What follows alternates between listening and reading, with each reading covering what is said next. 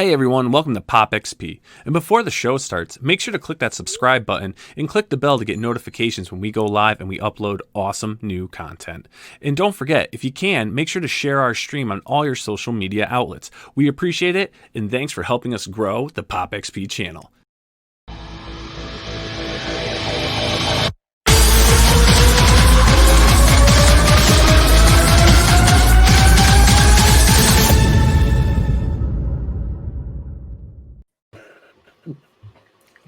Oh, hey, YouTube! What's going on? It's the brain of the mainframe here, Nile Scala with Pop XP, and tonight's a great night. It's Friday night. It's happy hour. Do whatever you want. The happiest hour of your life. And tonight we're joined by some amazing people, along with my man, the myth, the legend. He's never going to grow old, teen sensation, Billy Tucci. In the the lovely, talented, beautiful Miss Mandy Summers in the house. Like what? And the most talented exotic dancer my eyes have ever seen, Mr. Vincent Gannon. How are you, sir? Hello, hello.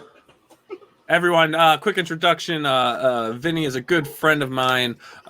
He owns a game store. He's big into tabletop gaming, things of that nature. We will be collaborating on some stuff, so we're bringing him into the world of Pop XP. And tonight we figure it's a great time to just hang out, get a feel for what we have going on, and join some of our friends tonight. And yeah, everyone give a big welcome to Mr. Vincent Gannon. Tucci. Hello. What are you doing, Tooch? I'm drawing a commission. What are we drawing? Finishing up a Rorschach. I thought I was going to finish it last weekend, but life got in the way. So I hear you. You let him harass you all the time, Billy? what's that? You let him harass you all the time like that? What? You let him harass you all the time like that? Yeah, he picks on me. Kind of a big deal, bro. Yeah. But anywho, more about me and my friends. Tonight we've got two amazing creators, man. I'm freaking pumped. Mandy, you know who they are. Billy, you know who they are. Vinny, you've gotten to meet these guys backstage. I mean, it's awesome. We've got Adam Lawson tonight talking an amazing book. This looks amazing from what we've seen. And I've got to see some interior pages, and it's freaking phenomenal. And we've got the most awesome dude I've met on the scene, Mr. Clint Stoker. He's going to be talking about his book tonight. So without further ado, we're going to bring them both in, and we're just going to start rapping and rocking into this stuff. Adam Lawson, welcome, sir. Hey. Mr. Clint Stoker. Hey. Hey guys, dude, What this is is going a good on? team. Yeah. We're is the surviving. real- We're surviving the time of comics and COVID. There you Igor and I were talking about backstage. It's good. Hashtag comics and COVID. Yeah. Comics and COVID. Yeah. So how- we want to, and which is a great title. Right, comics and COVID. In fact, in a way, it's kind of helped out comics, right? In some ways, it's supplied an opportunity for people to maybe spin a few dials. Maybe Clint, you can agree or disagree. I know you're an indie maker too, but it's like maybe it's opened up an opportunity because the other presses were shut down for some indie voices to rise up. It seems like people keep asking me, like, how has COVID affected all the comic stuff you're doing? Like, it doesn't. It almost seems like people are paying more attention than they were before. Yeah. Right? Well, definitely. I mean, think about it, right? You're stuck at home for the most part. I mean, some places have opened up, but everything's so heavily restricted. Like, what are you going to do when you get home? You probably surf the internet half the time, you know? Yeah. And then you get back into stuff. And if anyone's like me, like once I get back into something, it's like go big or go home. Yeah. You know, like next thing you know, my wife's like, what the heck is all this? And I'm like, oh, I remember I used to like Legos. And she's like, but there's like $10,000 worth of Legos. I'm like, yeah, well, I had this kid as a kid and I had that. And it's like, why are there so many Power Wheels? I never had one, but I'm sitting here thinking, man, that'd be really cool. You're too big for them. I got to use one for each leg, and then it's enough to get me around. But Well, that's you what I think wish. people are doing.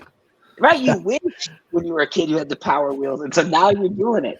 I mean, I think that's what it is for me now too. You know what I mean? I think, I write television for a living, but I think as a kid I always wanted to write comic books. And so in this time when the world shut down and you can't shoot TV, I said, that dream you've been middling around with for the last many years, let's do it. Exactly. Word man. up. And you That's do why, it. and that's why I've been eating Gushers, because my parents like, you can't eat that crap, and now I'm like fruit by the foot, Gushers, fruit roll-ups. I'm like, I do whatever I want. I'm an adult. Like I call my mom up chewing that stuff obnoxious. Like, what are you doing? I'm like eating fruit snacks. Click. and I hang up. And I'm like, you think rival. about that. You think about that, Mom. You know, now I had this moment when I was a kid. I was living in Massachusetts at the time, and and I bought these fruit roll-ups with my allowance money. I must have been, all of 9. And I had this great idea that I would unroll them all out of all the individually wrapped ones, and I would make one big fruit roll-up ball.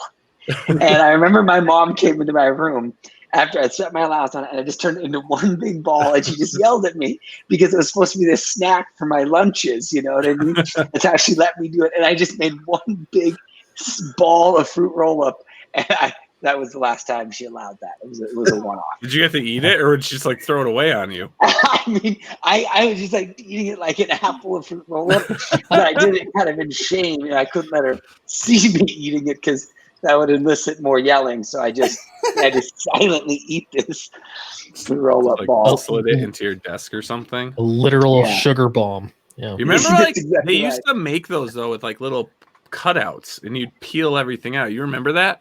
Oh my gosh, yes. Oh, yeah. Yes.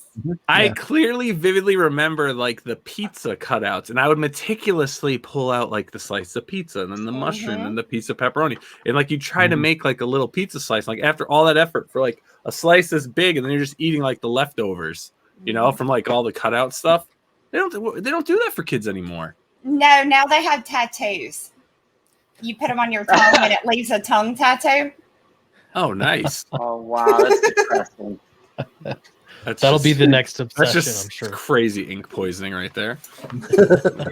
But anyways, Adam, I mean, you've got we've got you on for the first part here. We know you got to get going in a little bit. So, I mean, tell us about what's going on, what you've been doing, and what you're here presenting tonight.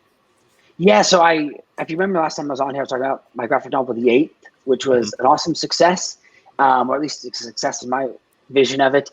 And we amassed a bunch of backers. We built, 200-page graphic novel, a hardcover slipcase, did this wild thing.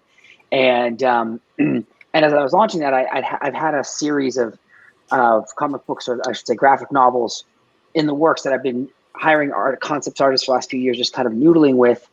And as soon as I started on The Eighth, I put everything else in production as well, too. And so I'm here with the follow-up, which is the Kill Journal. And it's been cool to see because The Eighth, I've been digitally delivering the issues. There's 8 in the graphic novel right at the wrap of the campaign, right? So the fans, it's been very fun because they've been getting them every month. And so there's been a lot of activity and chatter about it. And it's cool because in the Dropbox link that I send out with the files, people can comment on it. So there's like a commentary on the Dropbox. I don't know if, Clint, if you see this too on yours, but like I get like these commentary, people saying they liked this page or that thing.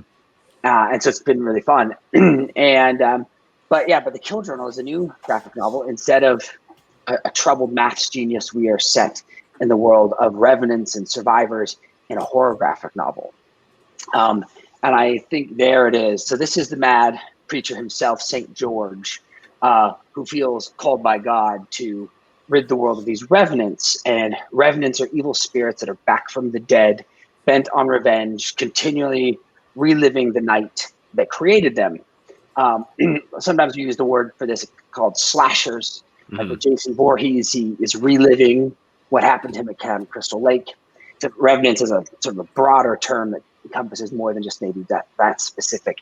And so these revenants are slightly sympathetic villains because usually they were somebody who was troubled that the world pushed off the cliff through sometimes terrible acts. And they took somebody who was maybe on the verge of becoming a monster and pushed them into one. But they can't just be killed then in traditional ways. And so they have some supernatural element to them. This one right here is one of my favorites. This is Dylan. And he was the product of this. His brother betrayed him to this voodoo cult that was trying to transform him into this monster. And they essentially killed him and left him in the swamp. And a year later, he crawled out looking like this guy. And so it's kind of he was a troubled guy who was betrayed by his brother, who is then bent on the path of trying to kill his brother and anyone who gets in the way. So our heroes in this story, the survivors, who are led by St. George, this kind of half-mad preacher, is they are those who've survived the attacks, right? Who these revenants have come through and butchered everyone they know, or loved ones, or their children, and they can't cope with their lives, right? They have nothing left, and so the only thing they can do is pick up baseball bats and machetes themselves and go hunt down these revenants who've taken it all from them. So you get, at its core of it, you get a story about people who are trying to cope with trauma, right? And they're doing it in a way that is has a double-edged sword, right? It's their way of protecting others from it happening to them. But anytime you battle a monster, it's hard sometimes not to become the monster yourself.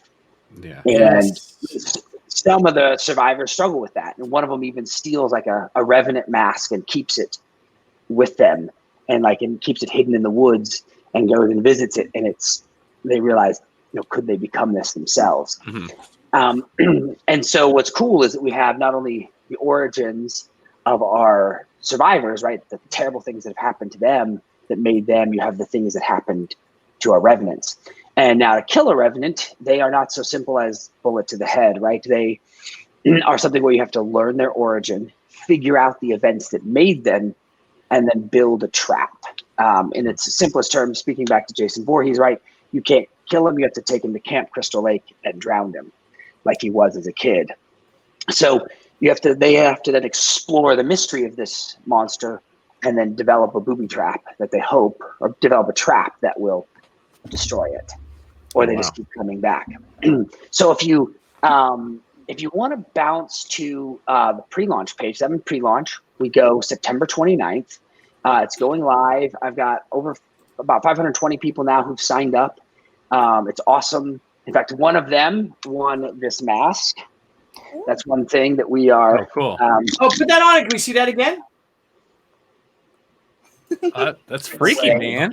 You're giving away this awesome Revenant mask.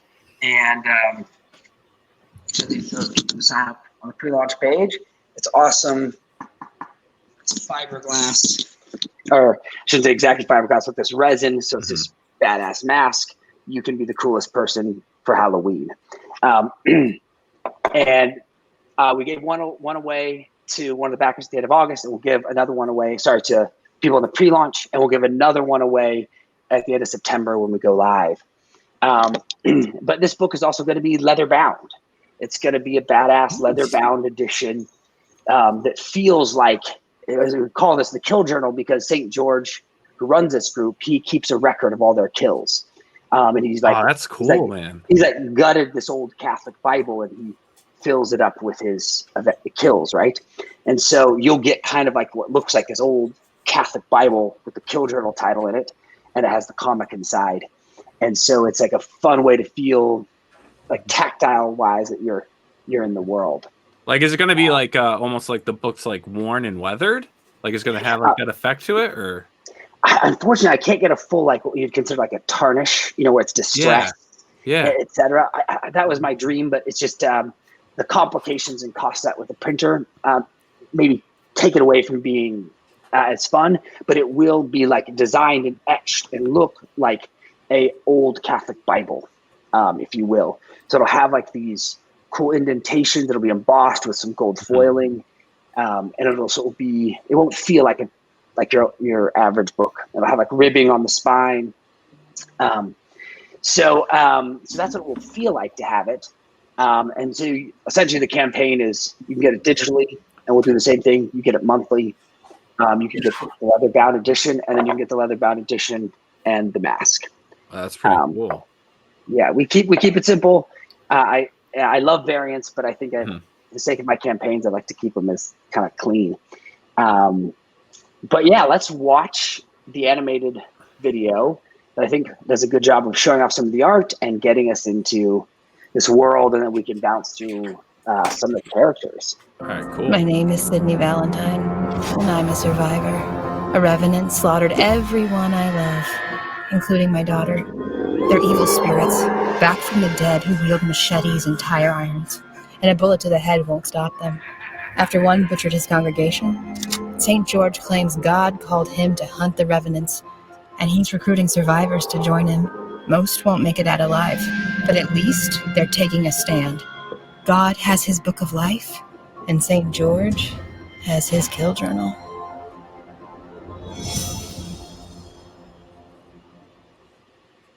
You always got some kick-ass videos. Dude, that's man. a great video. You always have some kick-ass videos. Thank you. I try to, I know I have limited amount of time to get people's attention. I'm sure Clint, man, you guys feel this too. Like when you're like, you know, people aren't going to just sit here for 5 minutes and check your world out. So it's like, how do I get them, you know? Great. So, Wyatt. Great job animating those too. We were talking about how it can be difficult to have motion from, still images, and that looked really good. Mm-hmm. Thank you. Yeah. You know, it's like, you know, we had them in layered PSD files, the art for one, right? And then we dropped it into After Effects. Mm-hmm. And so then I was able to like you can see like the, all the like particles going through the air was a layer that the artist had built. And so I just would cut out, you can imagine going into Photoshop, you cut out each of those pieces and then you pop them into After Effects and you give them a motion, you just get in and out points and it moves through. But it's really, thank you for that, Clint. Yeah, it's really like making it, because it can go the other way, right? It can look worse than just the still image. Yeah. And I've certainly had that problem in times past, but hopefully it's been remedied. So that's the video, and that was an amazing artist. His name's Tauntaun Revolver. He's this cool French artist who's unfortunately now working at Riot.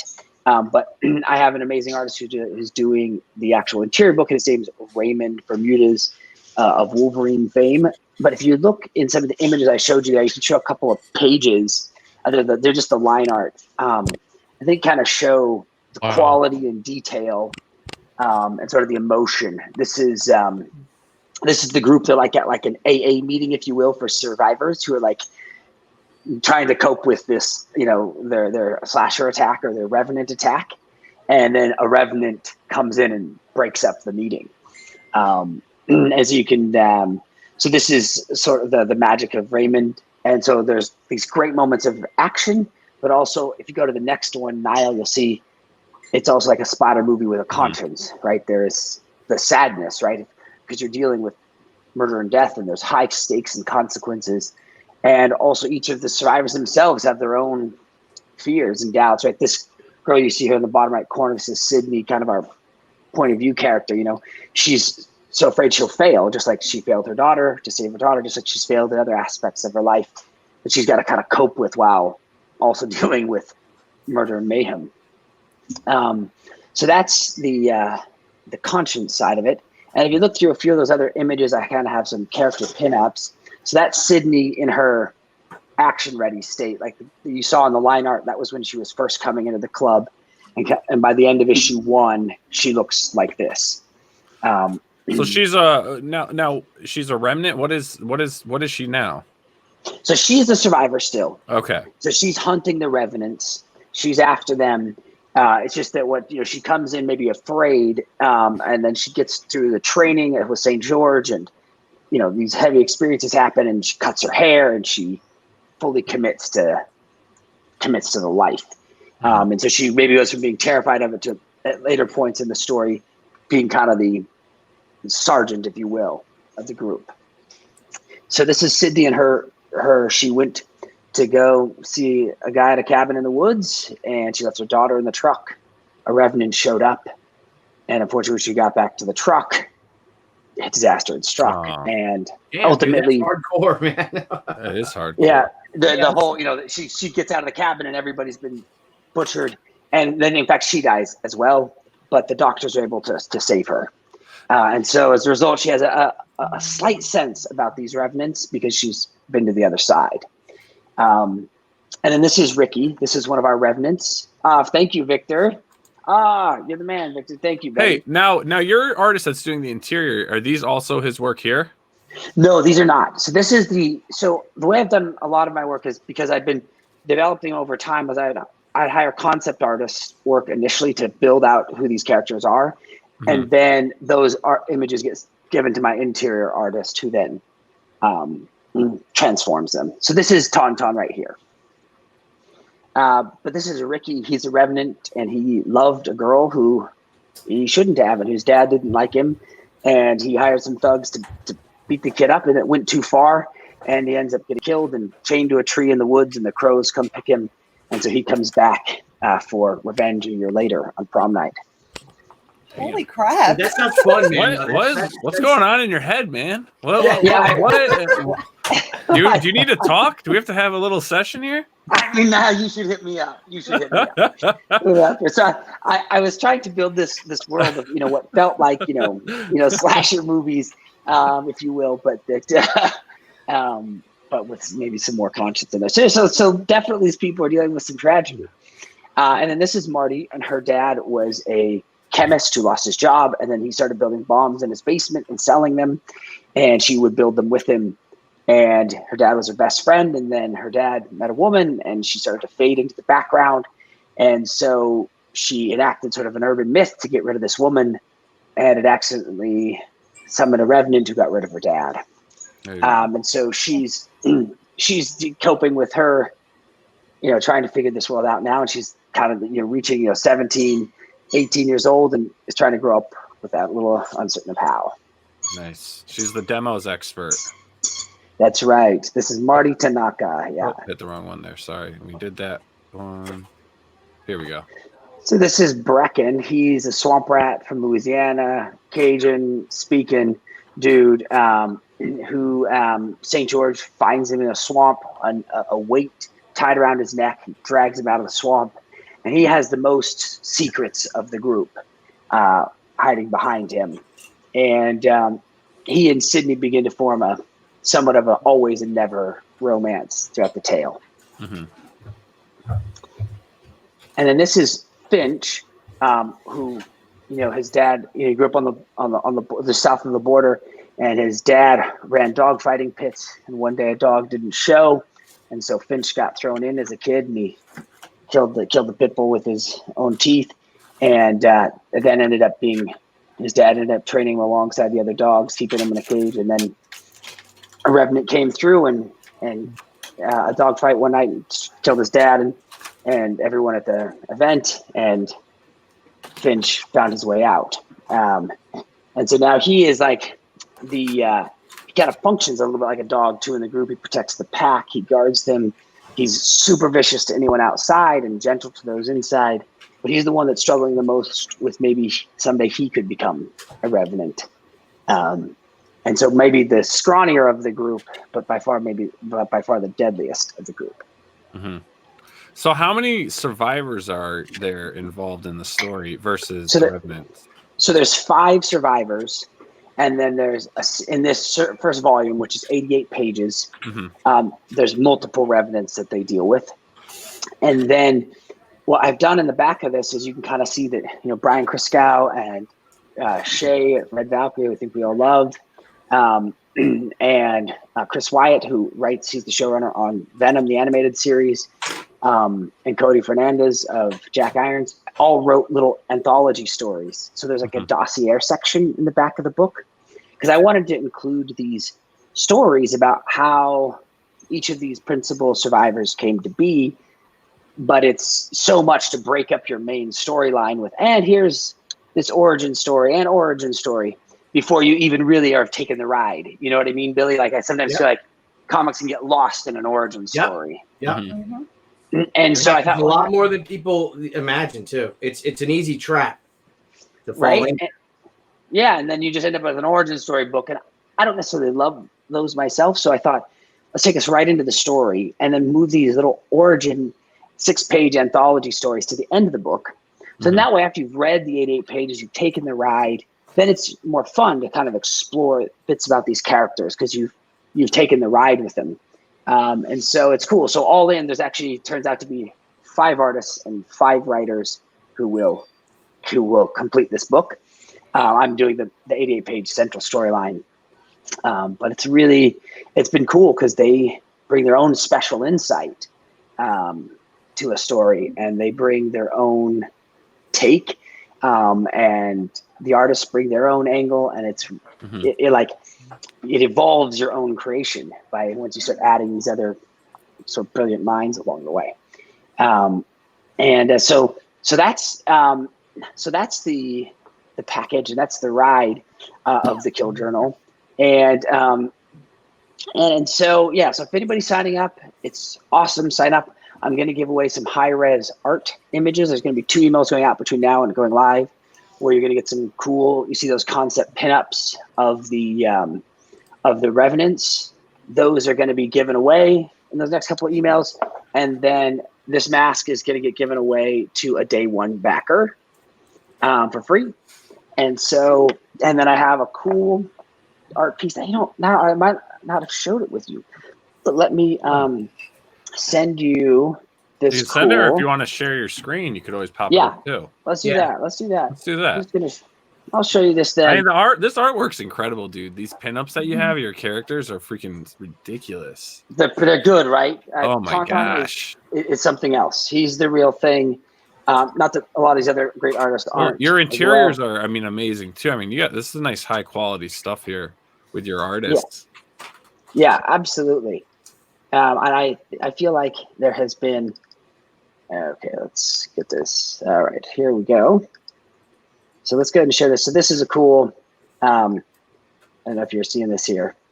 This is a cool piece that that Preston Acevedo did for me, which is like the Rise of the Revenants image. This was going to get colored by Steve Cannon and will be a free print for anybody who backs week 1. That is sickly disturbing. Right? And I think and Preston goes for it, right? He goes for it, this artist. And if you can see, that's kind of Marty in the corner, and there's the kid in the back there with the Letterman jacket. And I like the style because it's kind of, I don't know, I feel like it almost reminds you of like an old school like horror movie poster. Ideally, that's the case, right? That you feel like you are in a horror movie, that you're in Halloween, but instead of it being people just getting hacked off and you get some scares, you actually get to take an emotional ride with these characters while they're there. And I think that was my true inspiration from it. I sort of 2 thoughts. One is it's like, what happens to people after Mike Myers goes away, right? What do these people do with themselves? And then the second question is how come Michael Myers never shows up? It pulls back the curtain, and it's it's Vin Diesel on the other side. It's always somebody who's fully unprepared. And so wouldn't it be interesting if they were prepared for him? It's cool, man. Cool. So when is this going to actually go live? So September 29th, it goes live. You should get in. Day 1 backers can win the mask. Week 1 backers get that awesome print. There's Rooster Puncher. Yes, he's got City of Rot coming out today, if anybody doesn't know. Nice. Which I'm going to be backing. I mean, I've been trying to give that guy my email for weeks. I keep giving it to him, and I keep giving it. I'm like, bro, when's that book coming? So that's the Kill Journal. It is gripping, it's graphic, it's fun, and it's heart-wrenching. And I know the images, are kind of in some of these pinups are quite explicit in regards to like the gore element. This artist went very far with that, but I don't know to say that the book is all that fills it up. I think that sprinkles in so that it still keeps it a horror story, but there's much more to the tale. Yeah, I mean, I look forward to it. And if you ever want to share any more of it, please send it our way. It looks really good. And also for you guys out there, if you want to get, start getting into some more of Adam's stuff, I mean, the 8th is still in demand on Indiegogo. So you can head over and it's still in demand. There's different levels here that you can still pledge for to get it. I get my digital copies, right on time. It's nice. I look forward to it. I really like that setup you did, Adam. Thank you. Every few weeks I got a new issue. It's like it's coming smart. from my pull list. It's awesome. And what we'll do real quick is we'll play the video for anyone that's not familiar with this book yet, just so they have an idea of what the 8th is about. Yeah, please. According to my math teacher, I'm the smartest kid she's ever met. I solved the Millennium Math problem. But nothing changed. My brother still hung himself. Mother's still depressed. The kids at school are still horrifying to each other. But what if there was a way I could fix all that?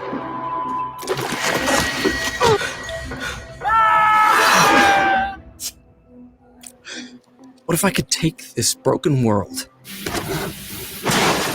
and reassemble it? And even if the world didn't want to, I would make it change. Make it see things differently.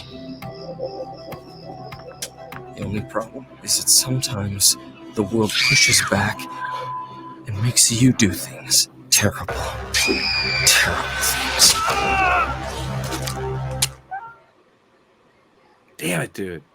You So sure are a good. freaking. It's so freaking good. I love it. You are The one emotional- sick motherfucker. Yeah, I And know. I love it. I love it. The What emotional really hook happened? that you put in are great too. know. Like it gets you immediately have like the human element, Yeah. which to me like is one of the most overlooked parts about pitching a story is what is that emotional hook. And so far both books I'm like, dang, Right? teach me that. You're so good at that. Oh, Clint, no, thank you. I think you're totally right. And it was one thing I loved about, what you did with Downcast, where it's like you tied in this fantastical world, but like with a core of kids rescuing a dad, right? Yeah. And I think that's, I always try to, when I build a story, I try to, what's the supernatural element? Mhm. And then what's the heart, right? What's the innocent part of it? And then my stories kind of tend between these sort of violence and vulnerability. But I think the last thing I want to close on and show that if you can see in that file, because these guys have amazing books to tell you about, and I don't want to monopolize. I want to hear Clint and Mandy talk. Is if you notice that last file I sent you, there was a MPEG file in there. Oh, let me double check. I don't know if you have it, but this is where I'm trying to what kind of expression is that? Where I am pushing these projects to go as well, and I think it's a fun thing to see. It's a first real test in this department. If not, I can do a share screen if it's not. Yeah, where did you I don't see it in the thing you sent me here. Oh, okay. Well, I'll try this real quick here. I will try this. Oh, wait, hang on. What do we got here? So, do you see this? Wait, I think I found it for the 8th, right? Yeah. Sorry. I think I have it. I think I've got it. Is it working? You may No. want to share your screen. It's okay. I'll share. Yeah, share your scrine. I'll share it real fast. It wants an MPEG 2 plugin right now. Okay. Did you do this on a Mac? I use both. I have a Surface and an iMac, so I just use both. And so This broken world. So here we go. This is where I'm going to try and send things. So wish me luck.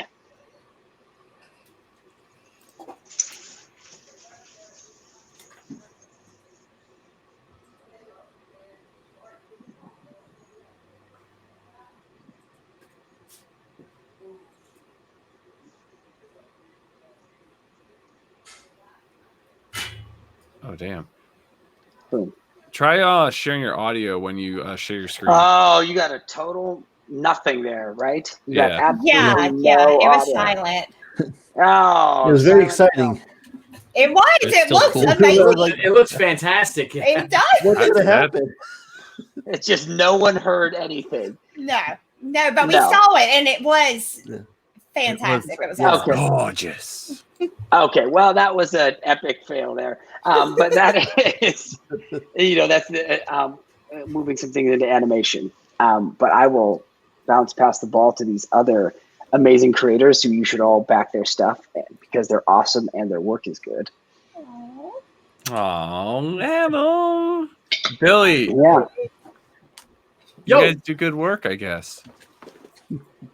Mr. Stoker, Hey, what you got going for us, pal? What's going on? man, What you got? I've got a really good. He only has like the best artist working in comics right now. I No know. offense I know. to anybody else's books, but No, oh my god, Yeah, It's good. It's I good. would- Charlie's work. he's so good. I always hesitate because I did not hesitate, but I would say Charlie's one of my favorite artists. He's one of the best comic artists, but honestly, he is my favorite artist. I'm so lucky to be working with him. Every time he turns the new pages, I'm like, what are you? You're some kind of mad genius. I don't know how he does it. It's amazing. But yeah, Fatal is a book we've been working on for now about a year. We've been it's been percolating, we've been talking back and forth. And to me, it's just such a passion project. The way that coming up with the story worked it's just like being in high school in a garage band, where you get you get together with your friends and you're just jamming. You're like, what about this? What about this? And it was just building great ideas off great ideas. So fun of a writing process to have such a great collaborator in Charlie. But yeah, Fatal, the story is about an intergalactic exterminator. And basically his job is he goes from planet to planet that are suffering from, alien invasions. And it's his job. For a fee, he'll go take care of it for him. So, it's pretty regular for him to save the world, it's kind of a fun twist on things. It ends up being sort of a cliche, especially in comics. For him, it's a Tuesday. But nice. The only easy day was yesterday. Yeah. And business is a booming, I would imagine. It's there's lots of business, but there's not a lot of people that want to pay. And so he gets he's in debt. He's in sort of in that. This is page 1, and you can see the weight that is on his shoulders right now. As he's hearing that there's a job and there is a faint promise of him getting paid to go to this last planet he wants to go to help them out with an invasion problem. And it's just so fun. A little bit of social commentary that I think is pretty universal. But on this planet, people are just all too willing to be invaded. They're just very docile. They're very into their own, pleasure, except for this girl here you see looking at the explosion in the distance. That's Moxie. And she wants to see what is out there in the world. She wants to experience things. She's somewhat of a princess, and so she's been kept away. She lives in this monarchy, and she wants to experience everything else. The woman there in the foreground, that's Kit. That's her bodyguard, essentially. And she's pretty happy to live in the lap of luxury. She's already seen the world at its worst, and she doesn't want to go back to it. So makes for some really fun dynamics. To me, this has so much potential going on for the story of the future. Right now, it's 52-page graphic novel, and honestly, I think if you're into comics, period, this is one you've got to get. Especially if you're into crowdfunding comics, I think this is going to be a landmark book. The art, the visual, the visuals alone in this is incredible, Clint. Yeah, what Charlie's doing, and it's a shame he wasn't able to come back on for tonight. Dude, it's insane. It's so good. So good. Like, how did you guys go about designing your future? Did you leave that up to him, or did you have say in the aesthetics of your backgrounds and everything? He had so much that he wanted to do world building wise. I had a few things that are pretty necessary for the story. For instance, he's got a robot assistant, basically kind of surly robot companion named Eldridge. Is that on the first page? Is that this right here? Yep, exactly. Nice. And so so Charlie, helped me by putting Eldridge into scenes. I needed that. There's a few other things. I don't want to give any spoilers, but important points to the story. But the cool thing is that Charlie will take it. And for example, we've got the double page spread that's a little bit down. And you have, these women in this lap of luxury. And from there, he's just adding things like, hey, what I thought would be cool is this, if everybody has a personal drone that, sometimes it'll be plugged right into their arm, and it's just that's cool. Pumping in good vibes. And there's some symbolism there with sort of cell phones and the modern age, things like that. And so he's just adding all these world building elements. And that's, I think you can see the benefit from having an artist that is working on their passion project versus just to get a page rate and get out of there, you know. And so yeah, who's coloring this? Who's coloring this book for you?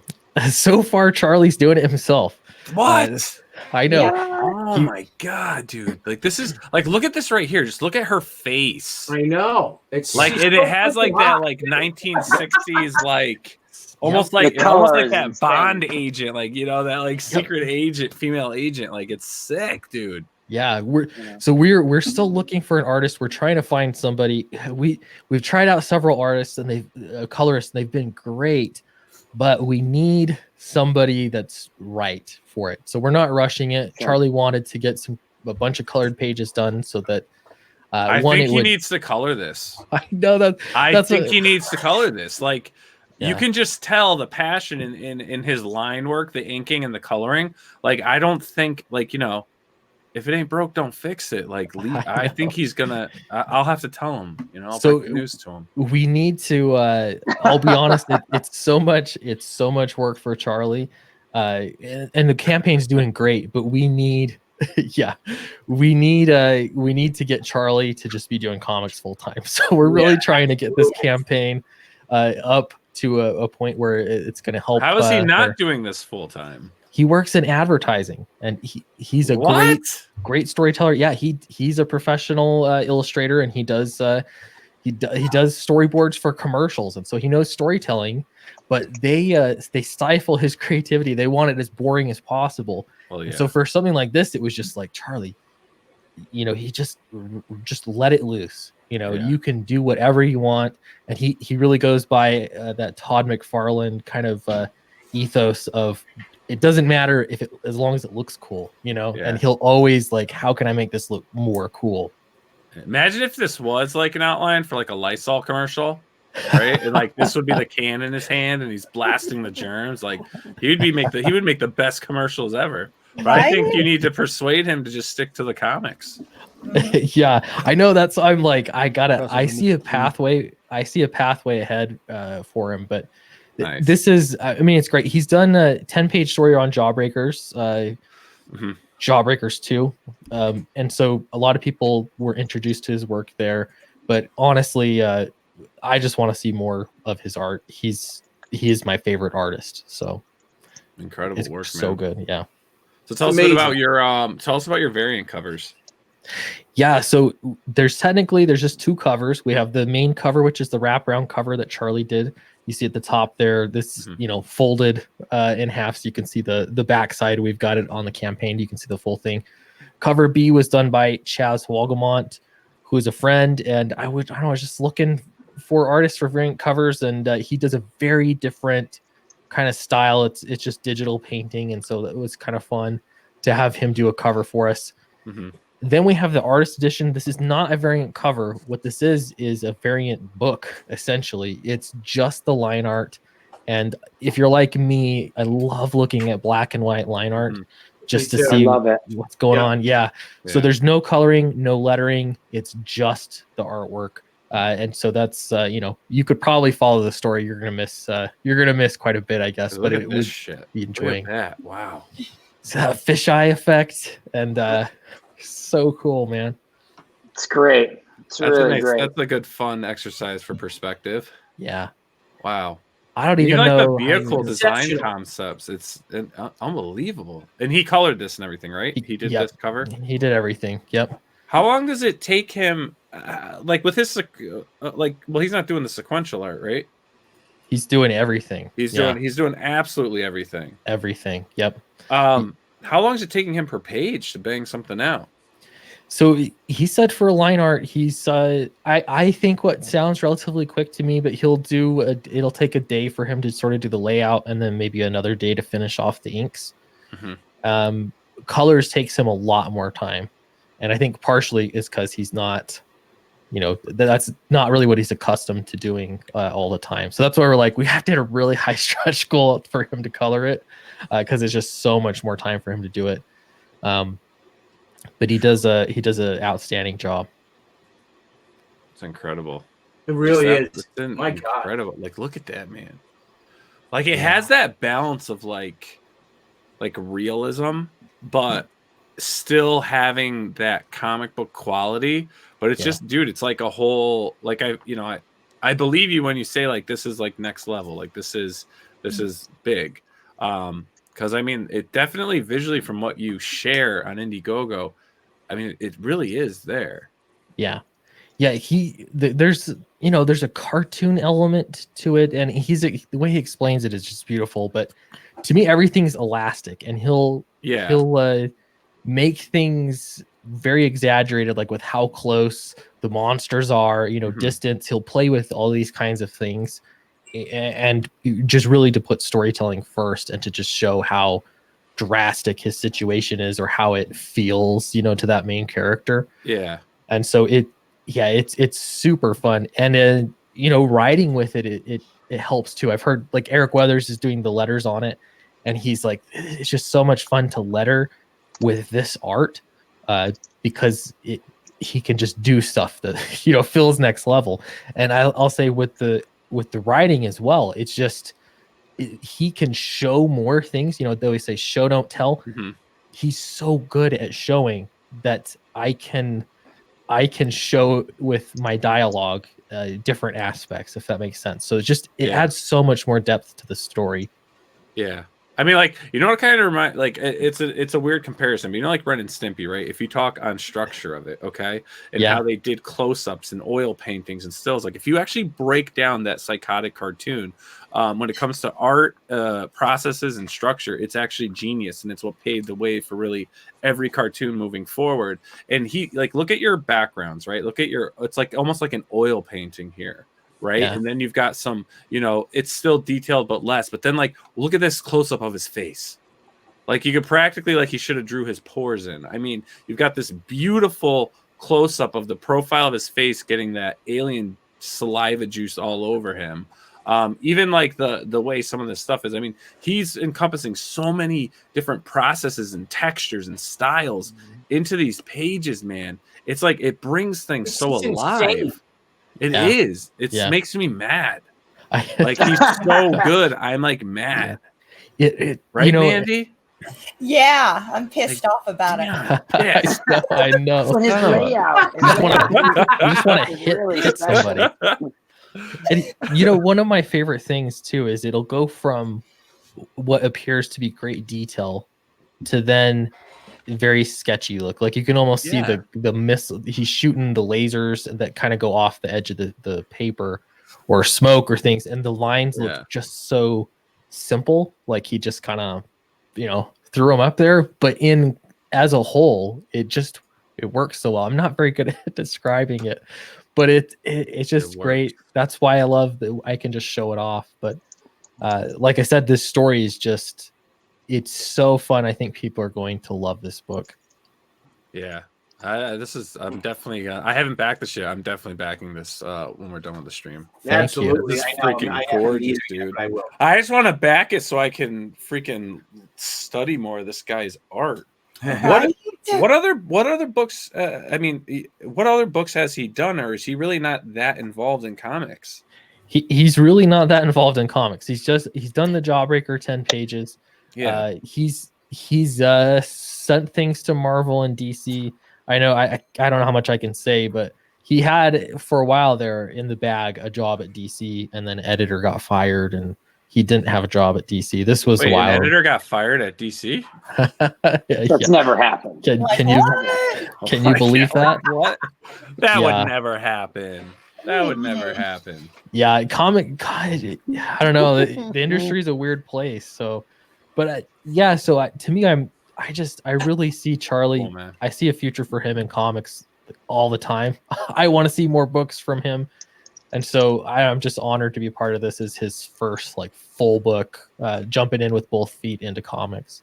Nice. Now, when do you plan on having this into the backers' hands? Well, so we put February, I think, on the campaign. Charlie's already in. We've got a significant portion of the book finished already, and so I suspect it could be a little bit sooner. But I don't want to overpromise. I'd rather underpromise. Mm-hmm. Nice, smart, incredible. And let's play your video. Yeah. We've received a transmission from the planet Bandro Shall we give it a listen? It's cool. I'm calling you because my planet is sick. And not the monarchy, not the royal guard, not a single person on this spinning rock seems to care. It started gradually. First, it got into our heads. By the time I realized something was wrong, by the time I woke up, they were already here. Things look perfect at first glance, but that's how the aliens work. That's how the invasion starts. A slow boil. I'm calling you because I can't trust anyone here. You're off planet. You're a professional. And I'm afraid we might already be dead.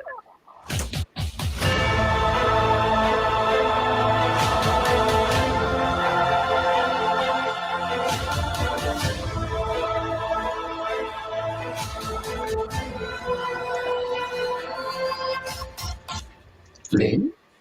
How shall I respond? Dude! I loved it. God, what the fuck? I got goosebumps. Look at these talented guys we have on our What show. is going on? Dude, all right, new show idea. Thanks. We're gonna do the Pop XP Campaign Video Awards. Yeah. I like it. That That would is good work. Fun. Yeah, you got to up your game on. Wow. I've discovered because my first two campaigns, like we were pretty low effort. Gorgeous. But now it's like I've seen all these great videos, and so it's like we got to do a little bit better, a little bit better. And to me, it's a good. You see all the art. To me, it's a great opportunity for me to show off some writing with the trailer. So that's what I'm trying to do with that time. So But you guys are Hey, freaking Niall, throwing- I've got to bounce. Clint, got it, man. Mandy, Vincent, Billy, you guys are awesome. I backed Fatal. Anybody else in their right mind should. Also Super Thank Dead you. as well. And I love being on here, guys. Good chatting with everyone. Have a great night. Have a good Thank oh, you. buddy. Real. Some great good. stuff out there, man. Great stuff mean out there, John. Unbelievable. You guys Get throwing John some Malin freaking. on. What was it? We gotta get John Malin on the show. We do gotta get John Malin on. Why have you been on? John Malin, why have you been on the show? What's going on? We're gonna have a massive, fun, free for all 200th episode show, Niall. Yeah, we are. that's a good idea. I'm Yeah. So Come much on. cocaine. Anyway, listen, Clint. I'm gonna back it too, of course. I got to bounce too because Gorgeous. I have a writers Skype meeting. So I duty calls. So I didn't know we were doing this. We were. Was this You weren't doing this. You weren't a part of this. Yeah. So, all right, let me get to work. You guys all have a great weekend. Mandy, so good to see you, honey. You too, hon. Vinny, good to see you too. Niall Bye, hon. and Clint, man, you're gonna rocket ship. What a great book. What a great team. Appreciate it. What a fantastic Freaking concept. nuts. And wow, just wow. I didn't even know what to say. Two freaking great Thank you. campaigns, Billy. I got freaking High praise. goosebumps from this stuff. I'm telling you, man, goose pimples. I'm like really, Right? Clint, man. I'm really like looking forward to yours. Huge, man. Thank you. Huge. Yeah, I cannot wait to hold that book in my hand. It's Yeah. gonna be great. All right, everybody, I gotta go. All right, Billy. We'll check you later, man. Being on for so little a time, but tally ho. Bye, All right. Billy. Bye, Billy. I'm working on the greatest She comic single issue of all time right now. Ooh, I'm so excited. I told you right now. I gave you goosebumps too, right? When I was Yeah, that gave me goosebumps too, man. I've been all about goosebumps today. oh my! I'm so proud of it. I'm so excited. Like we gotta talk. So we're gonna smoke some cigars and drink and some wine, and we're gonna write. So all right, Sounds good, man. Let me know how you make out. I'll talk I to you will later. talk to you guys later. Thank you all. Bye, Billy. I mean, and we can't be streaming though and not be talking about Super Dead. I mean, Yeah, like what? We got Like to, what? right? incredible, kicking ass. Yes, Taking it's names. doing really good. It's doing so good.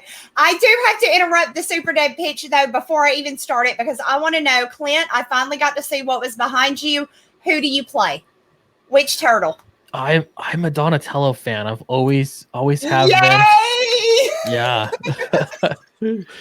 I love this thing. I just got it, and it's so fun. Is it worth it? Like, can we watch you play?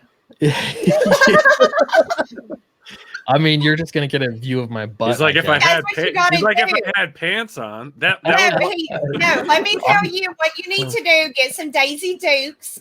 Pull them up, and then sit there and totally thought out playing your turtle game with some butt cheek hanging out the bottom. Yeah, You will just get a little butt massive cheek in the bottom. That's all. Yeah, that'll bring the views in. And to really throw them off, just have like an Oscar Mayer and a bun in your back pocket, and just whip it out, take a bite, stuff it and then back stick in there. it back in there. Yes, That's yes, that would be perfect. That would do it.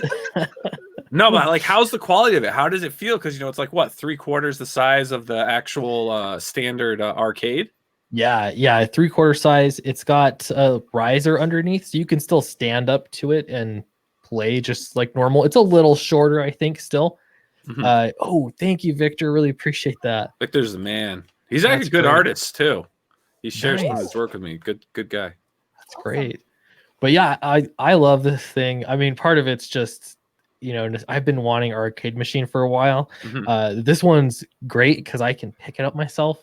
It's a Mhm. little awkward, but you can move it from room to room. If I had an original one, I don't think I'd be able to do that. It costs quite a bit more too. So Yeah. to me, these one-up arcades they're pretty great. I already want another one. They're not bad, really. My friend has one. I was this close to the arcade, and my mall was selling some of their old games, and they had the House of the Dead 2, the full thing, like the real House of the Dead 2 for $800.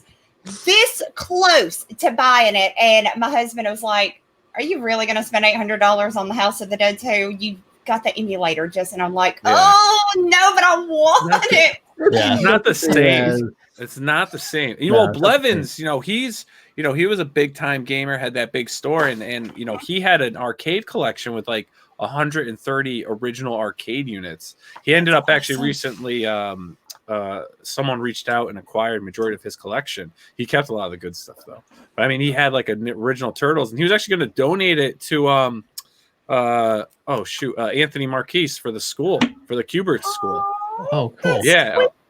And they never got back to him, but he was going to donate the Teenage Mutant Ninja Turtles arcade, the real one. Yeah. The real one, which would have been freaking awesome. But I keep asking my wife, I'm like, hey, can I get one? Yeah. She's like, no. She's like, you have the whole basement's your studio. It's your whole thing. You've got so much shit down there. I'm like, I've got like I have the perfect spot right there. Yeah. Right, but of You all got the shit kids you now, you have should down be- there, you don't have a gaming. I don't know. You don't have an arcade. Yeah. So You need to talk to her, Mandy. You need to be I like, hey, I woman to do. woman here. Be I cool. do. Be But cool. Talk- She should know. yeah. She should know that you need this. This isn't a know. want anymore. I This know. is a need. This is a need. freaking thing. need. Right.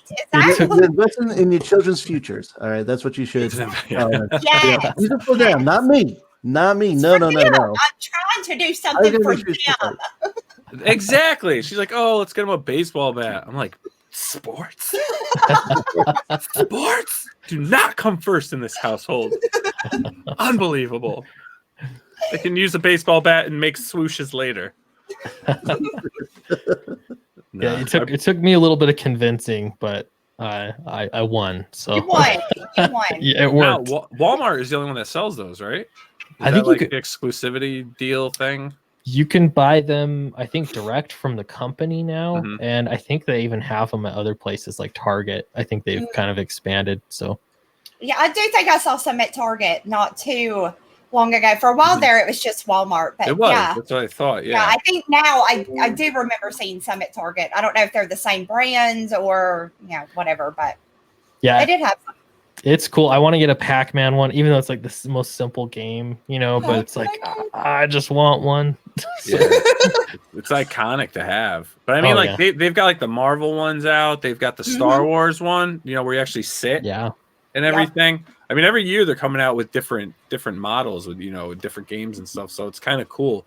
And I've heard they've like upped the quality because I guess like on the first ones, like if you really did play it, like your Yeah. palms would like easily wear out the graphic on the control panel. And Yeah, I think they my- give like covers now too. yeah, exactly. Yeah, mine's the newer iteration, and so it's got plexiglass over the top. It's got the one thing though, and I read about this, is that you should replace at least the springs in the control panel. So I replaced the springs with better springs. It works just great, but I could see down the road I would kind of just want to replace all the buttons and the joysticks, which is actually pretty cheap and easy to do upgrade. So, but you know, it works. It's fun. My kids love it too. That's yeah. awesome. Oh, I bet. Now, hey, I mentioned yesterday to you guys, I mean, you know, with everything going on in crowdfunding, and it's kind of interesting because, you know, there's these massive projects. You saw like what Ethan has done, just destroying the records and hitting 7 figures and stuff. And then, you know, he's been airing a little bit and talking a bit about, you know, a Kickstarter, and he's been talking a little more about Kickstarter, which I find interesting. But on top of that, you know, Keanu Reeves is flying right behind with boom, you know, breaking some records. But what I found to be most interesting is the fact that now it's all of a sudden like the industry's like, this isn't fair. Yeah. Like, what is this about? I know. Like, how is it not fair to self-publish your own book or even crowdfund any of your stuff? I mean, Boom's an independent comic book publisher. They're not a huge publishing company. And on top of that, I mean, is it the fact that, you know, Keanu Reeves is an A-list #1 action star right now, but at the same token, it's not even just his name that's being used. He wrote it. Yeah. You know, like he had heavy involvement. He is a huge comic book fan. And while I had you guys on, I was just kind of curious, like, what are your thoughts on, you know, some of these industry professionals, and some of them, I don't even want to get into who they are, but, you know, some of these professionals coming in and being like, this isn't fair. It's the strangest thing to me, and I've noticed this pattern will happen a lot. But if you succeed too much, that makes a lot of people upset, which is strange. They also make up all these little rules, like this is what crowdfunding is for. It's supposed to be for X, Y, and Z. If Kickstarter had a problem with it, they wouldn't let them do it. You know what I mean? So Kickstarter is for raising money, you know, selling a product. However they're going to do it, it's not for stealing money. You know, if someone's going to do that, then yeah, that's off boundaries. But I don't understand that, but I'm not surprised. It seems to come up all the time. This is just sort of the latest example of something for people to be upset about, I guess. Yeah. What's your thoughts, Mandy? I think the book looks amazing. It looks, you know, they made a book. It looks freaking fantastic. People are excited. Yeah, people are excited about it. People want to read it, and they crowdfunded it. And yeah, it's just people mad because it made money. That seems to be a big issue, and not just within comics, within almost anything that's entertainment. If you make money, they don't like that. They don't want people making money. Like if he would have made $2,000, nobody would even be talking about it. But this book did incredible because it looks incredible. Now, yes, they do have Keanu Reeves. You know, he wrote it. He's pushing it. He's an A-list celebrity. Well, I use my boobs to sell mine. So, you know, it is what it is. You use what you got, you know. So there you go. I think it's a beautiful book. And now I probably will. It's, you know, not really my thing, but I will probably, you know, at some point read this book. And yeah, it looks great. So. Yeah, no, it's an amazing book. Yeah, you're right. You guys are right. You know, so you think people start doing good, people start making money, right? And then all of a sudden it's an issue. You know, like, hey, you know, well, you guys don't want to do it. Leave us alone. We're doing crowdfunding. We're self-publishing. Something that has been done for decades, 40 years. You know, so back in the 70s, the underground comic book movement, or even late 60s. I mean, nothing's really new. It's just how we're doing it. And the numbers that you can make now are incredible because people want good books, you know, people want good books. And if you watch Keanu Reeves and what he's talking about, he's like, I just want to make a cool book. Like he's got no agendas in his book. It's just a cool book that he wanted to do, something fun you can escape in, like his movies, and enjoy yourself. And now that it's doing really good, everyone's like, what the fuck? I'm not making that kind of money. I'm not doing this. First off, we don't know what they're doing with the money. Second off, you do understand that money doesn't just go into someone's pocket. Like the amount of the percentage of cost versus the percentage of profit, it's still comics. It's the industry you can make hundreds of dollars. There's a lot of cost to producing these things. The CEO. Yeah, like there's still like it's not, people look at this like, oh, it's so much money, but it's really not.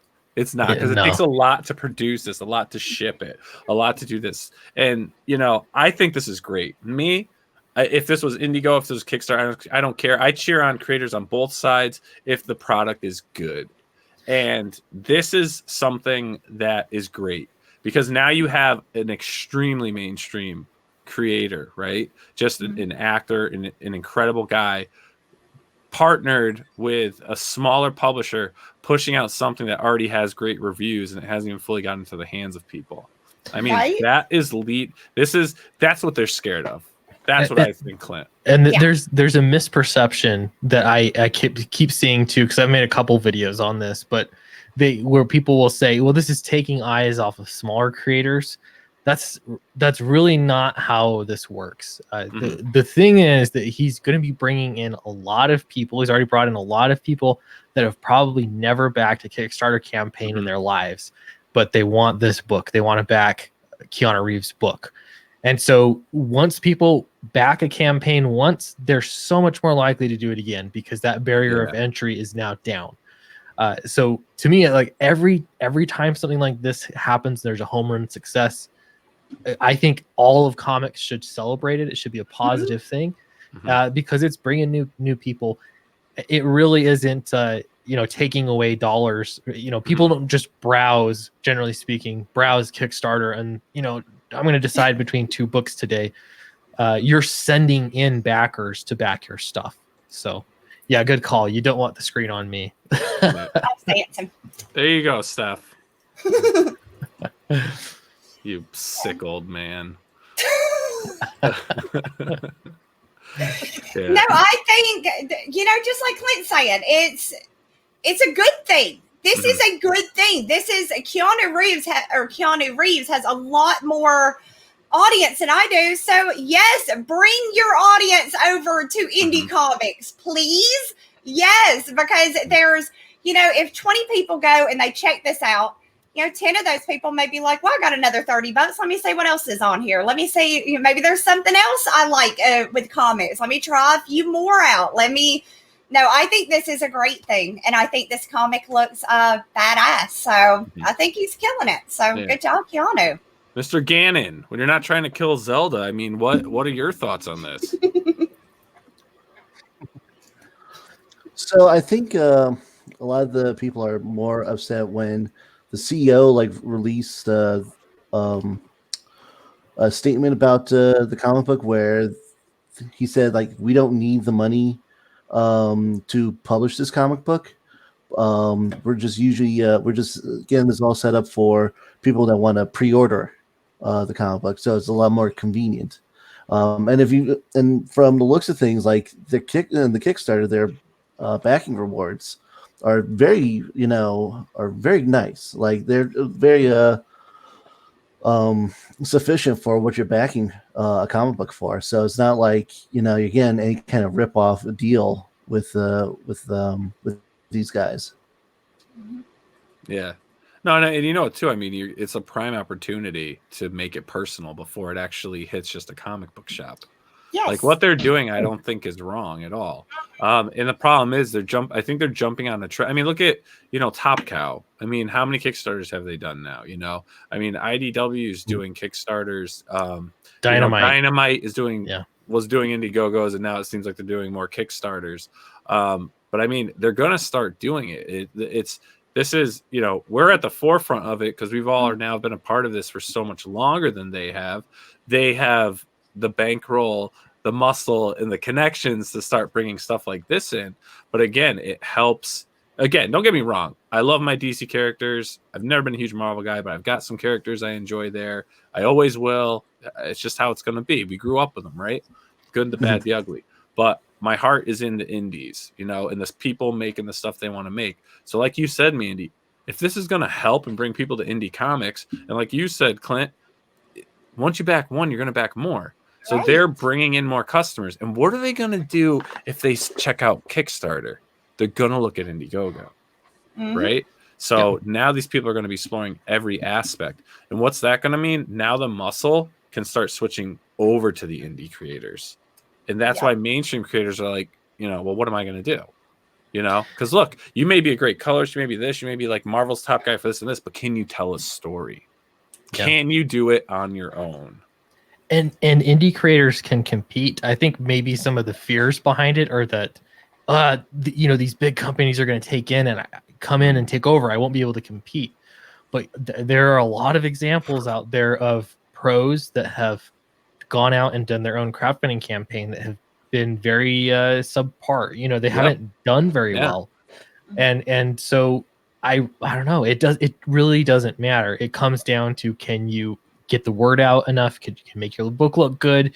All these social media promotional kinds of activities. That's what's going to get you there. Honestly, people in the mainstream are envious. That's why they're coming over, is because indie creators have demonstrated that they can do it. Correct. And what's cool too is you've got indie creators that were mainstream, and they're absolutely killing it. And more are coming over to the indie scene, and they're some start. I would say majority start off pretty well. Some are now exceeding crazy numbers. The money they're making now, they wouldn't even make it if they were still in mainstream. I mean, again, it's not comic creators are not multimillionaires. They're not, if you're talking like, Greg Capullo and guys like that, the small handful of creators that are probably making big bucks, and he deserves it. He's a fantastic artist. Yeah. Love to have that guy on the show. But right? I mean, it's freaking sick. And Scott Snyder, I mean, those are two guys that are probably still keep comics somewhat decent. But I mean, man, yeah, and I don't know. I just, me and Vinny were talking about this article, and he's like, it'd be great to find out, what other people think of this. And it's a point, it's huge. I think it's a huge landmark, a huge push in our direction, and shit, like the stuff you guys are putting out, like, I mean, Clint, what you're putting out looks better than most stuff I've seen on the shelf. It does. I haven't read it yet, so I can't attest to the story, but I can say, and we all can say from seeing it, it looks amazing. And then in Mandy, I mean, you have created, you start off with Wart the Wizard, right? And Wyatt started off with his book, and then you got Peter starting off with his book. But then you guys are a prime example of how indie creators who meet each other through the networking in the indie scene kind of start their own thing, like supporting each other's own books, but collaborating on books at the same time. And you're creating your own little publishing company. Basically, like you guys are almost like a micro Image Comics, where you're all like independent publishers, but you're working together for the common good and starting to produce stuff.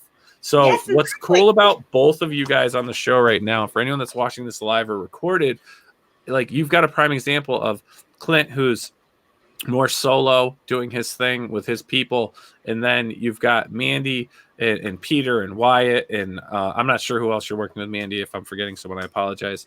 But working together as a little more global network of creators that are doing things on their own, but getting support by their team, and then actually collaborating within that group.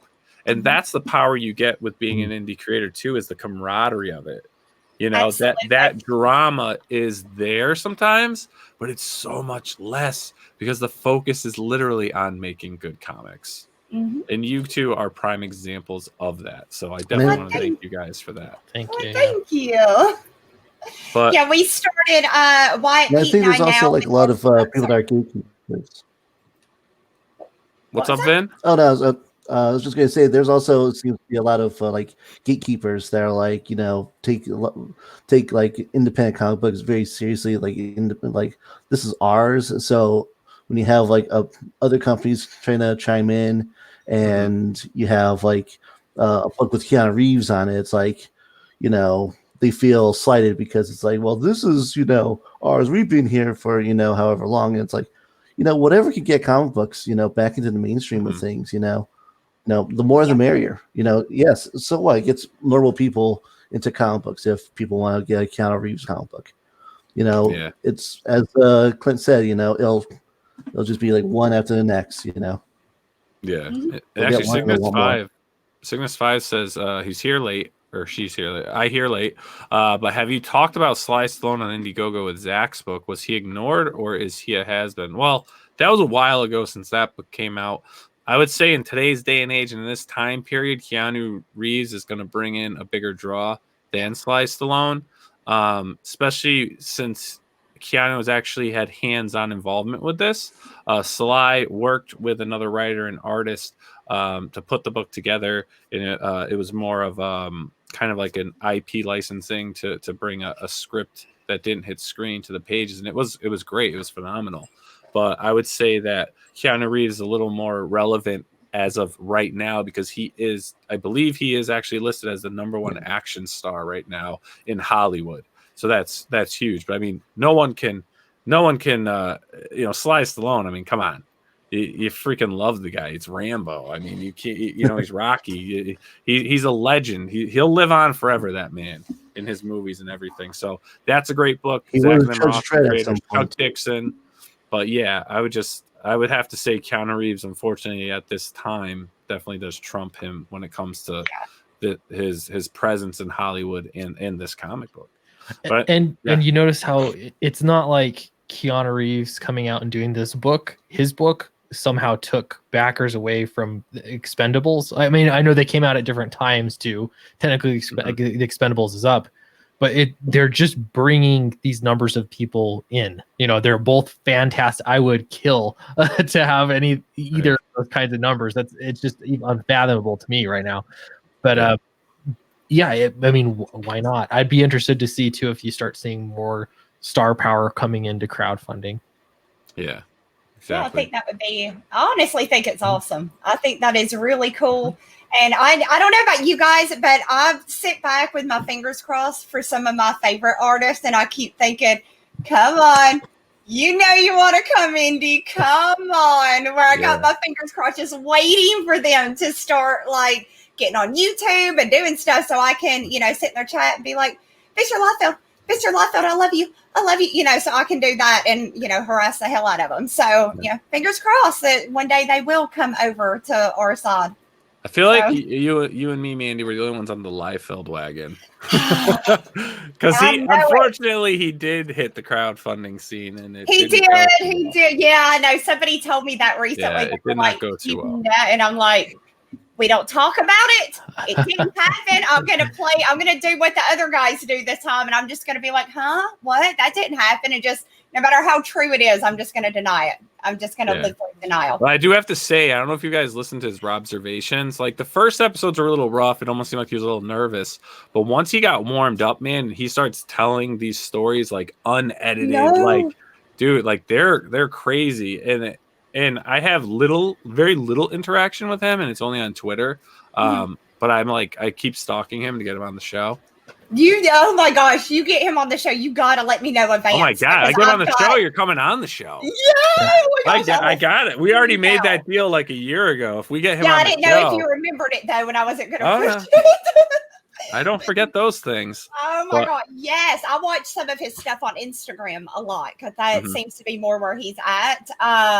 No, I love Mr. Raw Liefeld. He's amazing. He's brutally honest. I love it. Yeah. You know what's funny? Everyone's like, his arrogance. It just drives me nuts. But I was like, but think about this. Think about this. Seriously. Like, think about a lot of professional athletes. A lot of them are arrogant. Why? Because you get drafted so young. Like, you were brought into this world, and at 20 years old, you're basically told you're the best thing on this earth. You're a freaking god among gods and athletes, and you're at the top of your game. You're making this boatload of money. Now think about this, right? You're 18 years old. You break into the comic scene. Next thing you know, you're given some IPs that they let you do what you want with. And the guy did stuff people liked, and he blew up. Like, if you research, like, everyone's like Todd McFarlane. Liefeld and Extreme Studios was outselling McFarlane. They had like if you're looking at numbers, they were number 3 for like, I forget however many years. He was actually the number 3 comic book creator. Obviously, this was like 1995, 96, 97, stuff like that, at the time when these guys were doing everything. But I mean, he was a rock star. Like, he earned that. Yeah, I think he earned that. And it's business, people. It is business. Decisions are made you won't like. People know his name everywhere. People that aren't even into comics know his name. Mm-hmm. He's met Tom Cruise. I don't know if you've heard him tell that story, but yeah, I mean, he's earned it, honestly, and that's kind of part of comics too. Is there's some ego, and so I don't know if it surprises people, but I think there's a lot more ego than just Rob Liefeld. It's just that Rob is very honest about it. He's Yes. and actually Yes. Todd's very honest too.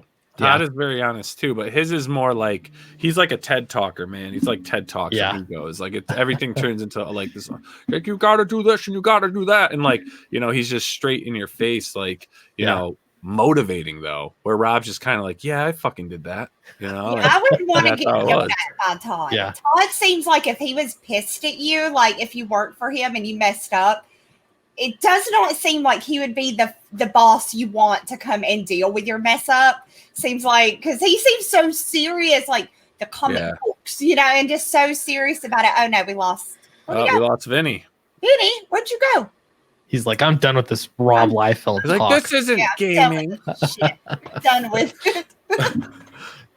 No, but you're right though. I mean, and it's funny though how they do it. And you're saying that, Mandy, because I believe, I don't know who I was talking to, but we were talking about Todd and his work ethic and stuff and what he is. And it's almost like he was good at showing you stuff, but don't have him show you things too many times. Like it's like, oh, you did that wrong. Yeah, no problem. Let me show you. Oh, you did it again. Yeah, let me just show you how that's done this and that. All right, this is the third time. Yeah, right. Get the fuck out. Yeah. Maybe Bo Smith told me a story or something. I'm trying to think. But yeah, it's freaking crazy. Actually, funny story. Eric Larson got mad at me the other day. I accidentally tagged him in a post, and he's like, "You're always tagging me. You need to stop tagging me in the posts because it's getting annoying." And I'm like thinking, I saw it, and I was like, "Shit, I really didn't. I meant to actually tag a guy named Eric Hawkins because I saw him. He's an indie creator, and I saw him." Posted, and I was like, oh man, I haven't talked to Eric in a long time. I'm gonna tag him in, and it was my Batman one, where I'm like Bruce Wayne with the face swap thing, saying subscribe to like Pop XP, and he's like, you're annoying. And I'm like going back to all my posts. I'm like, I don't remember tagging you and stuff, dude. Like I did a few times around the time we had him on the show, but I stopped. But like I don't know. I told Billy, he's like, oh maybe I was tagging him, and he's like, no, I wasn't. So I was just sorry. I was like, all right, man, I'm sorry. I'll take you out of the auto queue. Because I'm like, what am I supposed to say? Because I'm not going to be like, I didn't tag you. And I'm just like, oh, I'm sorry, man. Jeez. Yeah. Like, he could have just been a little nicer about it. Like, hey, dude, you're tagging me and stuff. My feed gets big. Instead, it's just like, you're annoying. Stop. I'm like, damn, dude. Come on. That's hardcore. That's another one I don't think I'd want to get yelled at if I met. And I still love the guy. Don't get me wrong. I still love the guy because I know what he's like. I just thought it was kind of a funny story because it was like out of nowhere. I'm like, I got 2-year-old kids. I'm like making them chicken nuggies, and they're all like, "Ooh, French fries!" And I'm like, "Oh, bing, bing! You're annoying, Eric Larson." Oh, cool, great, all right. Like, that's wonderful.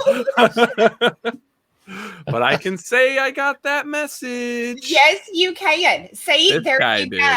There you go. You annoyed him, and you will forever know that you annoyed him. That's great. Exactly. I've annoyed him with posts I didn't do. Or maybe I did. I don't know, and I didn't realize he's in there. Who knows? I don't know. You may have it. Feel free to tag me in post of you face swapping yourself as Batman and stuff. I will appreciate them. I'm going to face swap myself as Robert Liefeld. Yeah. Might as well. I figure that's kind of part of the game for Twitter. Like people tag in stuff, and you know what I mean. Yeah, I don't know. You I just think have this to was scroll past. this was Facebook. This was Facebook. Oh, Facebook. Okay. Yeah. Gotcha. Because I promote on both platforms. Well, God help him. Don't you friend him on Farmville and start asking him for shit. I know, right? Right. Really pissed. Hey man, can I get some corn? I'm really starving over here in my couch. You're fucking annoying, Scala. Jesus Christ. Can you send me 5 sickles because my pigs need some grain? And you gotta, don't do that. He won't like that. I won't make him one of my neighbors in Sims 4. I'll tell you that much, Mandy. No, do not. So what's going on with Super Dead? We got to promote that tonight. Yeah, I got us off track. Yeah, so Super Dead is a book that I wrote and Peter Gilmore is doing the art on. It is about a superhero that was very valiant, he was a good guy, like Superman, who, when fighting a villain, ended up crushing his soul stone to defeat him.